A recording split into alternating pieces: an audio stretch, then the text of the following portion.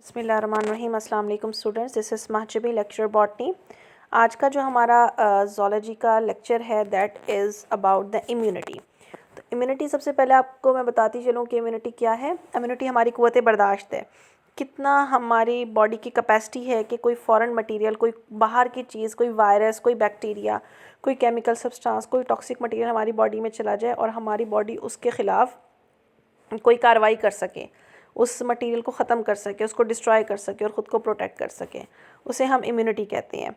Immunity की definition अगर आप देखें, the capacity to recognise the foreign material in the body and mobilisation of cells and cell product to remove this foreign material with greater speed and effectiveness is called the immunity. यानी body की capacity के पहले foreign material को recognise किया, फिर उसके बाद अपने सेल्स की प्रोडक्ट्स को यूज़ किया उस फॉरेन मटेरियल को अपनी बॉडी से निकालने के लिए, तो उसको हम कहते होते हैं इम्यूनिटी। तो ये किस्म का हमारा डिफेंस का मैकेनिज़्म है। तो हमारी जो डिफेंस है वो टू टाइप की है, non specific defence and specific defence system. तो जो आपके पास अगर हम इसको डिटेल में देखें तो सबसे पहले हम देखते हैं नॉन स्पेसिफिक डिफेंस को। तो नॉन स्पेसिफिक डिफेंस क्या है? The defence system which show general response to all the microbes and does not act to against particular microbe is called the non-specific defense। यानी ऐसी नॉन स्पेसिफिक यानी कोई specific नहीं है, किसी भी चीज़ के लिए स्पेसिफिक डिफेंस नहीं है। तमाम तरह के माइक्रोब्स के ख़िलाफ़ जो है जब ये काम कर रहा होता है तो उसको आप नॉन स्पेसिफिक डिफेंस कहते हैं। यानी ये कोई स्पेसिफिसिटी नहीं है कि जी वायरस आएंगे तो डिस्ट्रॉय करेगा या बैक्टीरिया आएगा तो डिस्ट्रॉय करेगा, नहीं। हर तरह के माइक्रोब्स को जो डिफेंस सिस्टम है, हर तरह के माइक्रोब्स के ख़िलाफ़ जो डिफेंस सिस्टम है that is known as non specific defence. तो जो नॉन स्पेसिफिक डिफेंस है it is done by skin, phagocytic white blood cells, anti microbial proteins और इन्फ्लेमेटरी रिस्पॉन्स जो है वो इसके अंदर आ जाता है। तो अब हम इनको वन बाय वन देखते हैं। सबसे पहले हम देखते हैं स्किन एंड म्यूकस मेम्ब्रेन जो है वो किस तरह से नॉन स्पेसिफिक डिफेंस कर रही है। Skin act as a barrier, bacteria and virus can not penetrate through it. Skin से आपके बैक्टीरिया वायरसेस नहीं जा सकते हैं, बॉडी को क्रॉस नहीं कर सकते। हाँ, अगर वहाँ पर कोई कट लगा हुआ है, कोई ज़ख़म लगा हुआ है तो उधर से जो है बैक्टीरिया और वायरस एंटर हो सकते हैं। इसी तरह से जो म्यूकस मेम्ब्रेन है जो कि आपकी डाइजेस्टिव कैनाल के अंदर मौजूद है, रेस्पिरेटरी ऑर्गन्स के अंदर मौजूद है, वो भी बैरियर के तौर पे काम कर रही है, बैक्टीरिया को और वायरसेस को एंटर नहीं होने दे रही है। जैसे बैक्टीरिया वायरसेस जो है वो इन लाइनिंग से गुजरते हैं, म्यूकस उनको अपने साथ अटैच कर लेता है। Skin and mucus also show chemical defence. तो कुछ फंक्शंस इन्होंने बताए हुए हैं कि किस तरह से ये कर रहे हैं defence. Skin has glands, these glands secrete oil and sweat, they keep the pH of skin from 3 to 5, it has acidic pH, it does not allow the most of microbes to attack on the body। यानी हमारी skin की pH को acidic रखा जाता है ताकि microbes जो है वो अटैक ही ना कर सकें। Saliva, tear and mucus secretion bath the exposed surface and remove the bacteria and viruses। Saliva and mucus secretion have antimicrobial protein called the lysozymes। Lysozymes is an enzyme, it attack on the wall of the bacteria and destroy them। तो हमारे जो saliva, हमारी जो mucus है उसमें से lysozymes निकलता है जो बैक्टीरिया की वॉल को डिस्ट्रॉय कर देता है। Mucus is a thick fluid, it trap the particles and remove them. The gastric juice is produced by the stomach, it is highly acidic, it kill most the microbes present in the food. तो skin जो है और जो mucus membrane इस तरह से protection कर रही है। Second thing which is involve in the non specific defence is phagocytic white blood cells and they are also known as natural killer cells. तो जो वाइट ब्लड सेल्स हैं इसकी तीन तरह के जो वाइट ब्लड सेल्स हैं वो ये काम कर रहे हैं, न्यूट्रोफिल्स, मोनोसाइट्स एंड इओसिनोफिल्स। तो ये जो हैं ये फैगोसाइटिक सेल्स का काम कर रहे हैं। तो अब हम इनको रीड करते हैं। The internal mechanism of non specific defence mostly depends on phagocytosis in engulfment of foreign material. The injection of invading organism by white blood cell is called the phagocytosis. Invading particles are certain type of white blood cells. Following white blood cells play important role in the internal and non-specific defense। तो तीन तरह के white blood cells हैं जो ये काम कर रहे हैं। उनमें सबसे पहले न्यूट्रोफिल्स का जिक्र किया हुआ है। न्यूट्रोफिल्स फैगोसाइटिक सेल्स हैं, they are about 60% to 70% of the total white blood cells। Neutrophils can leave the blood and enter infected tissue by amoeboid movement. तो क्या होता है कि अगर कहीं पर इन्फेक्शन हुआ हुआ है, कहीं पर माइक्रोब्स ने अटैक किया हुआ है तो न्यूट्रोफिल्स वहाँ पर माइग्रेट करके चले जाते हैं, फिर वहाँ पर जाके उन माइक्रोब्स को जो है वो डिस्ट्रॉय कर देते हैं। However, neutrophils destroy themselves after destroying the foreign invaders. हाँ, जैसे ही वो उनको ख़त्म करते हैं वो फिर अपने आप को डिस्ट्रॉय कर लेते हैं। तो इसलिए वो कहते हैं कि इनका जो लाइफ स्पैन है वो बहुत थोड़ा सा होता है। मोनोसाइट्स जो हैं they are only about 5% of the white blood cells. They provide even effective phagocytic defence. Monocyte circulate in the blood for a few hours after maturing. तो जैसे ही मेच्योर होते हैं चंद घंटों के लिए बस ये ज़िंदा रहते हैं। They then migrate into the tissue, they are enlarge and develop into macrophage. तो टिश्यूज़ में जाकर ये बड़े बड़े सेल्स में तब्दील हो जाते हैं, which are known as the macrophages. Macrophages are the largest living phagocytic cell. These amoeboid cells extend pseudopodia and pull in the microbes. तो वो अपने जैसे अमीबा जो है वो सूडोपोडिया बनाता है, बिल्कुल इसी तरह से ये भी सूडोपोडिया की शक्ल के अंदर माइक्रोब्स को चारों तरफ से घेर लेते हैं। The digestive enzyme destroy the invading microbes. Some bacteria develop different structure to resist their attack. कुछ बैक्टीरिया ने अपने अंदर ऐसे स्ट्रक्चर्स बना लिए कि मैक्रोफेजेस के खिलाफ रेजिस्टेंस शो कर सकते हैं। Some macrophages live permanently in organ and connective tissues. They are called the alveolar macrophages in lungs. तो आमतौर पे कुछ ऐसे होते हैं जो हमेशा रहते हैं। तो अगर लंग्स के अंदर रह रहे हैं तो एल्वोलर, जैसे एल्वोलाई होती है ना लंग्स में, उसी के ऊपर नाम रखा हुआ है alveolar macrophages. They are called the Kupffer cells in the liver. और अगर लीवर के अंदर हैं तो हम उन्हें कप्फर सेल्स कहेंगे। They are fixed macrophages. They are fixed in some places. Some fixed macrophages are located where infectious agents circulating in the blood and lymph. तो कुछ फिक्स्ड होते हैं जहाँ जहाँ पर मतलब इन्फेक्शियस एजेंट के जाने का होता है, वहाँ पर वो फिक्स होके पड़े हुए होते हैं और वहाँ पर जैसे इन्फेक्शियस एजेंट्स आते हैं उनको डिस्ट्रॉय कर देते हैं। Fixed macrophages are specially abundant in the lymph nodes and in the spleen. तो ज़्यादातर इन दो जगहों पर ये फिक्स्ड वाले मौजूद हैं। Some freely moving macrophages are also present in the lymph and blood. तो मैक्रोफेजेस जो हैं एरिया के हिसाब से भी उनके नाम है। यानी if they are present in the lungs they are alveolar macrophages. If they are present in the liver they are known as Kupffer cells. और अगर ये डिफरेंट प्लेसेस के ऊपर फिक्स्ड हैं तो उनको आप फिक्स्ड मैक्रोफेजेस कहेंगे, और अगर ये फ्रीली मूव करें they are known as the freely moving macrophages. तीसरी टाइप का जो वाइट ब्लड सेल है which is involve in the phagocytic activity वो है eosinophil. They are about 1.5% of the white cells. They have only limited phagocytic activity, but they contain destructive enzyme which cytoplasmic granules, यानी इनकी phagocytic activity कम है लेकिन ऐसे enzyme जो है वो secrete करते हैं जो destruction कर सकते हैं। They attack the larger parasitic invaders. They can kill worm with their enzymes. तो अगर बॉडी के अंदर worms हैं जैसे टेप worms वगैरह होते हैं तो उनको ख़त्म करने का काम जो वो enzymes के ज़रिए कर लेते हैं। तीसरी चीज़ जो कि नॉन स्पेसिफिक डिफेंस के अंदर इन्वॉल्व है that is antimicrobial proteins. Different antimicrobial proteins function in the non-specific defense of the body. These protein attack directly the invading pathogens. तो ये डायरेक्ट उनके ऊपर अटैक करती हैं। तो दो तरह की हैं, कॉम्प्लीमेंट और इंटरफिरोन। कॉम्प्लीमेंट क्या है? It is a group of 20 proteins. They work with other defence mechanism. They destroy the microbes by lysis. Some complements also function in the specific defence system. और जो इंटरफिरोन्स हैं these are produced by virus infected cells. They produce resistance in the other cells against the attack of virus. तो ये virus के खिलाफ resistance पैदा करती हैं. Some interferons are produced by the recombinant DNA technology. They are used against the hepatitis and cancer. यानी हमने कुछ आर्टिफिशियल तैयार किए रिकम्बिनेंट डीएनए टेक्नोलॉजी के ज़रिए. रिकम्बिनेंट डीएनए टेक्नोलॉजी आपने सेकेंड ईयर के अंदर पढ़ा हुआ है, बहुत डिटेल के अंदर ये टॉपिक दिया हुआ है. तो हेपेटाइटिस और कैंसर के लिए का इलाज करने के लिए हमने इंटरफिरोन्स बनाए हैं. Interferons are most effective against short infectious like cold and flu. Fourth one जो है जो नॉन स्पेसिफिक उसमें रिस्पॉन्स है में इन्वॉल्व है that are inflammatory response. The response shown by the tissue injured by physical injury is called the inflammatory response. यानी ऐसा होता है ना कि कहीं पर चोट लगती है तो एकदम सूजन आ जाती है, तो हम उन्हें कहते हैं inflammatory response. It is also a type of non specific response. The small blood vessels near the injury dilate. तो होता क्या है कि जब चोट लगती है तो उसके आसपास जो ब्लड वेजल्स होती हैं वो सूज जाती हैं, फूल जाती हैं. They increase the blood supply to injured part. तो उनकी कोशिश ये होती है कि जहाँ पर इंजरी हुई है वहाँ पर ज़्यादा से ज़्यादा खून को पहुँचाया जाए. इट कॉज इडीमा, जिससे स्वेलिंग हो जाती है. The inflammatory process is started by chemical signals. One of the chemical signal is histamine. तो इन्फ्लेमेशन होती कैसे है? जैसी चोट लगती है केमिकल प्रोड्यूस किया जाता है दैट इज़ हिस्टामिन. हिस्टामिन जो है it is release by the basophils और मैस्ट सेल. बेसियोफिल्स भी वाइट ब्लड सेल की एक टाइप है. It cause vasodilation.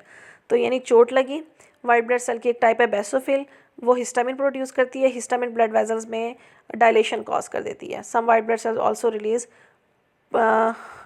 Prostaglandins, they increase the temperature of the swelled part. तो अक्सर आपने नोट किया होगा कि जहाँ पे स्वेलिंग हुई होती है वहाँ पर हल्की हल्की सी वो हीटअप भी हुआ होता है, तो ये केमिकल है वो उसको हीटअप कर देता है। Now phagocytes reach the spot, they kill the microbe there. Some white blood cells also release pyrogens, तो पायरोजेंस जो है वो रिलीज़ करते हैं। पायरोजेंस जो है वो बॉडी का टेम्परेचर बढ़ाते हैं। तो जो बैक्टीरिया हैं हमारे अंदर अगर एंटर हुए हुए हैं तो जो हमारा बॉडी का नॉर्मल टेम्परेचर है वो उसके ऊपर काम कर सकते हैं, उस जगह के ऊपर ज़िंदा रह सकते हैं, दैट 37 डिग्री सेंटीग्रेड। तो पायरोजन क्या करते हैं, पायरोजन हमारी बॉडी का टेम्परेचर बढ़ा देते हैं। जैसे बॉडी का टेम्परेचर बढ़ता है बैक्टीरिया के लिए वो सूटेबल नहीं रहता, तो बैक्टीरिया खुद ब खुद मरना शुरू हो जाते हैं। They reach the hypothalamus of brain and increase the body temperature of whole of the body. तो ये था हमारे पास नॉन स्पेसिफिक डिफेंस सिस्टम। फिर हमारे पास आता है स्पेसिफिक डिफेंस सिस्टम, जिसको हम इम्यून रिस्पॉन्स भी कहते हैं। इसमें दो चीज़ें इन्वॉल्व हैं, लिम्फोसाइट्स एंड एंटीबॉडीज़।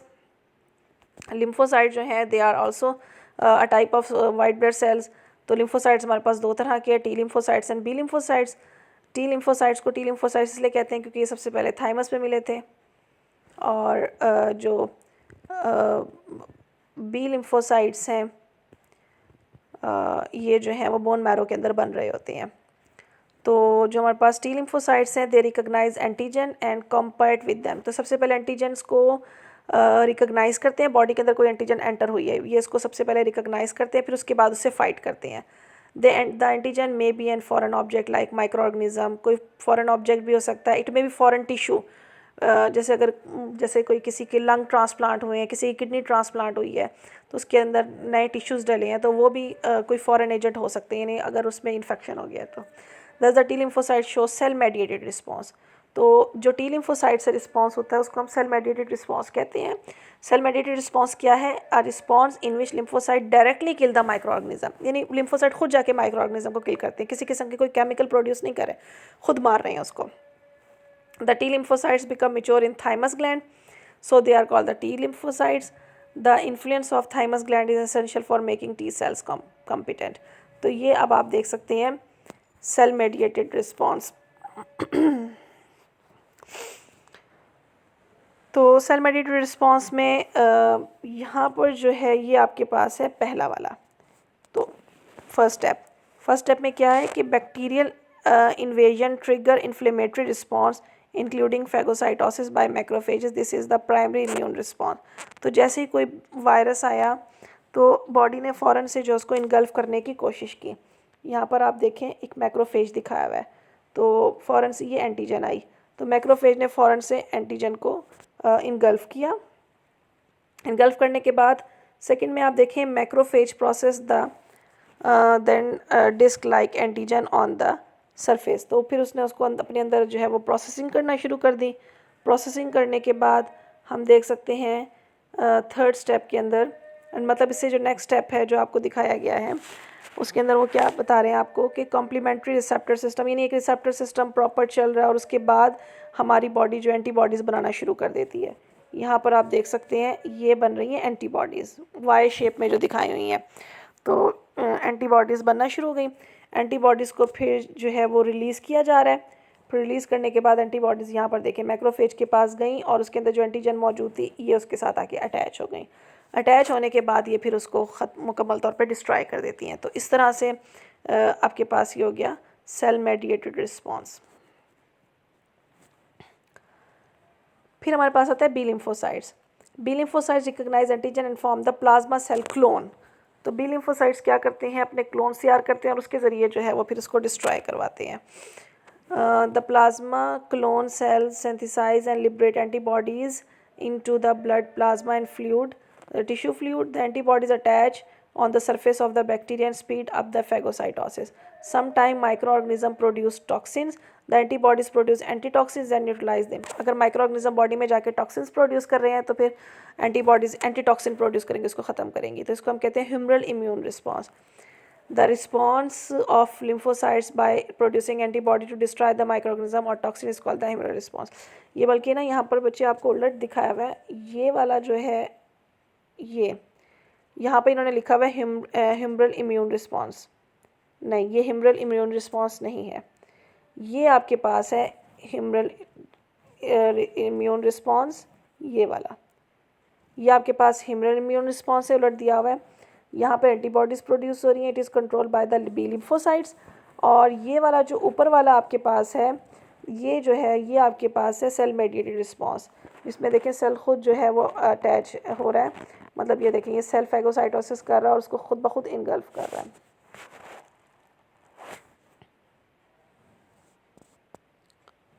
नहीं बल्कि ठीक है, बस ठीक है, आप इसको इसी तरह से लेके चलें, ठीक बताया हुआ है। ये हिमरल इम्यून रिस्पॉन्स है और ये आपके पास सेल मेडिएटेड रिस्पॉन्स है, ठीक हो गया। अच्छा, नेक्स्ट पार्ट जो है ये हमारे पास आता है एंटीबॉडीज़ का। एंटीबॉडीज़ क्या हैं? They are special type of proteins called the immunoglobins. The vertebrate produce antibodies in response to antigens. तो जैसे हमारी बॉडी में कोई एंटीजन जाती है, हम अपनी एंटीबॉडीज़ बनाते हैं। एंटीजन क्या है? एंटीजन कोई भी फॉरेन सब्सटेंस हो सकता है विच में भी protein which stimulate the senses of antibody formation. यानी क्या होता है कि एंटीबॉडीज़ पहले से नहीं बनी हुई हैं, जिस समय एंटीजन जाएगी और उसके रिस्पॉन्स के अंदर जो है वो एंटीबॉडीज़ बन जाएंगी। The antibodies immobilise the antigen. तो एंटीबॉडीज़ जाके एंटीजन के साथ अटैच हो जाती हैं, उनको इमोबाइल कर देती हैं। It ultimately causes the destruction of the antigen. The antibodies are specific. They destroy the only antigen which has stimulate the formation of those antibodies. Antibodies are synthesized in B lymphocytes. Then these are secreted through the lymph and blood. तो B lymphocytes antibodies बनाते हैं और उसके बाद इनको फिर lymph या blood में डाल दिया जाता है, वहाँ जाकर वो अपना फिर फंक्शन करते हैं। Antibodies circulate freely in the lymph और blood. अगर आप एंटीबॉडीज़ के स्ट्रक्चर की बात करें तो antibody molecule consist of 4 polypeptide chain. उनमें 2 आइडेंटिकल चेन्स होती हैं और दो आइडेंटिकल चेन्स होती हैं। उनमें से 2 लाइट चेन्स होती हैं और 2 हैवी चेन्स, यानी 2 आइडेंटिकल लाइट चेन और 2 आइडेंटिकल हैवी चेन्स होती हैं। और ये चेन जो है वो आपस में डाइसल्फाइड बॉन्ड के ज़रिए जुड़ी हुई होती हैं। डाइसल्फाइड बॉन्ड ये आपको दिखाया हुआ है, ये देखिए, ये आपके पास डाइसल्फाइड बॉन्ड्स हैं। डाइसल्फाइड बॉन्ड को डाइसल्फाइड बॉन्ड इसलिए कहते हैं क्योंकि इसमें 2 सल्फर्स जो हैं वो आपस में बॉन्ड बना रहे हैं। तो इसमें 2 तरह के मतलब पार्ट्स हैं। एक को हम कहते हैं वेरिएबल अमाइनो एसिड सीक्वेंस और एक को हम कहते होते हैं constant amino acid sequence. Variable amino acid sequence को वी से नोट किया जाता है। These sequence determine which antigen will bind with the particular antibody. तो ये डिसाइड करते हैं कि कौन सी एंटीबॉडी के साथ आके कौन सी एंटीजन अटैच हो जाएगी। Constant amino acid sequence, these chains are same in all the antibodies in one class. तो यानी जो वेरिएबल चेन है ये चेंज होती रहती है और जो कांस्टेंट है वो सब में सेम रहती है। तो वेरिएबल इसलिए चेंज हो रही होती है कि अकॉर्डिंग टू द एंटीबॉडी वो फिर अपने आप को एडजस्ट करती है। टाइप्स ऑफ इम्यूनिटी, हमारे पास 2 तरह की इम्यूनिटी है, active immunity and passive immunity. Active immunity क्या है कि ख़ुद जो है वो वैक्सीन्स को यूज़ किया जाए, यानी हमने अपनी बॉडी के अंदर वैक्सीन को यूज़ किया, वैक्सीन डाली और उसने फिर हमारी बॉडी के अंदर एंटीबॉडीज़ की, जैसे बच्चों को पैदाइशी तौर पे टीके लगाए जाते हैं, तो जब उनकी बॉडी में वैक्सीनेशन की जाती है तो वैक्सीनेशन के रिस्पांस में हमारी बॉडी एंटीबॉडीज़ बना लेती है पहले से उस बीमारी के ख़िलाफ़। क्योंकि वैक्सीन क्या है, वैक्सीन आप लोगों को पता है कि किसी भी, जैसे अगर हम फॉर एग्जांपल बच्चे में टाइफाइड की वैक्सीन लगा रहे हैं या हेपेटाइटिस की वैक्सीन लगा रहे हैं, तो बेसिकली ये वो डेड वायरसेस ही होते हैं जो हेपेटाइटिस कॉज कर सकते हैं, लेकिन वो डेड होते हैं। तो वो जैसे ही हमारी बॉडी में जाते हैं, बॉडी को तो नहीं पता कि डेड है या लिविंग है, उसको ये पता है जी कोई फॉरेन चीज़ आई है, वो फ़ौरन से अपने अंदर एंटीबॉडीज़ बना लेती है। लेकिन क्योंकि जो एंटीजन डली थी वो डेड थी, तो वो एंटीबॉडी जो हमारी बॉडी ने बनाई है वो यूज़ नहीं होती है, तो वो खून में शामिल रहती है। तो नेक्स्ट टाइम अगर हेपेटाइटिस का कोई वायरस अटैक करेगा तो एंटीबॉडीज़ पहले से मौजूद होंगी। तो इस तरह के उसको हम कहते होते हैं एक्टिव इम्यूनिटी। तो एक्टिव इम्यूनिटी 2 तरह की है, artificially induce active immunity and naturally induce active immunity. Artificially induce activity में जैसे अभी आपको बताया वैक्सीनेशन की जा रही है, और नेचुरल में क्या है कि हकीकत में किसी ने उसको मतलब कोई एंटीजन बॉडी के अंदर गई थी, बंदा बीमार हो गया था, लेकिन बंदे ने खुद अपनी एंटीबॉडीज़ बना के अपने आप को रिकवर किया। तो एंटीबॉडीज़ ज़्यादा तादाद में बनाई जाती हैं। कुछ एंटीबॉडीज़ ने एंटीजन को डिस्ट्रॉय कर दिया, बाकी एंटीबॉडीज़ बच गई और वो उसकी बॉडी के अंदर फिर रह जाती है और अगली बार बीमारी उसको नहीं होती है, यानी वो इम्यून हो जाता है। दूसरी टाइप की पैसिव इम्यूनिटी। पैसिव इम्यूनिटी में क्या होता है कि जब बंदा बीमार हुआ और उस बीमारी के ख़िलाफ़ डायरेक्ट हमने एंटीबॉडीज़ ही डाली हैं, यानी उसकी कोई वैक्सीन नहीं है, कोई इलाज नहीं है, बंदा बीमार हुआ फिर हम और उसकी इम्यूनिटी ख़त्म होना शुरू हो गई है, फिर हम उसकी इम्यूनिटी बढ़ाने के लिए उस बीमारी के ख़िलाफ़ एंटीबॉडीज़ डालेंगे, तो उसको हम कहते होते हैं पैसिव इम्यूनिटी। तो ये था हमारा इम्यूनिटी का टॉपिक। यहाँ तक अगर आपको कन्फ्यूजन है तो आप मुझसे